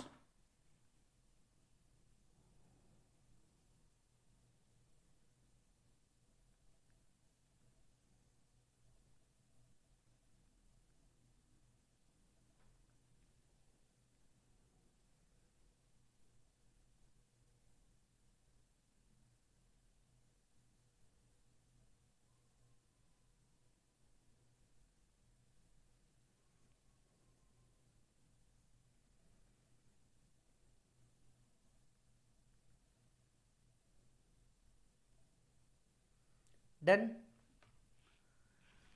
चलो जी। 150 के ऊपर हम लोग पहुंच गए हैं। 51 एंड 52 ये दोनों आप होमवर्क लें, दैट इज सेल्फ करें। 53 भी कर लो। सो तीनों भी इजी क्वेश्चन है, इनके अंदर में कोई अलग एडजस्टमेंट आपको देखने को नहीं मिलेंगे, तो ये भी सेल्फ करो। 51, 52 भी सेल्फ करो और 53 भी सेल्फ करो। डन मालिक, ये तीन आप सेल्फ कर लें।